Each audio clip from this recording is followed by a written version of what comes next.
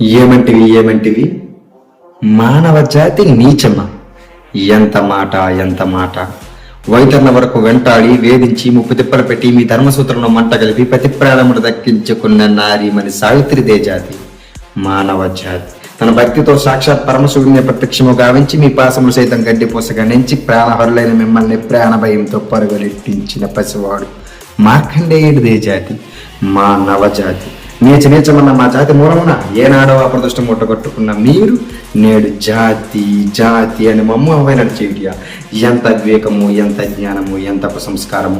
నేటి నుంచి దేవుడు అధికుడు నొడ్డరమే లెక్కించ భావాన్ని కోటి వేలతో సైతం పెకలించి వేసిదా. ముక్కలు పొందే ముక్కోటి దేవతలు, దిక్కునేల అష్టదిక్పాలకులు, మరుగునిచ్చే పంచభూతములు సైతం హా జైగోనాట హర్షించే వేద విషమాసనాన్ని అధిష్ఠించదా.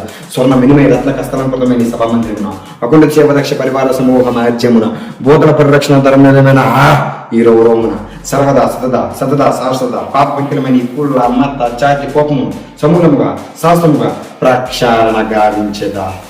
Any doubts?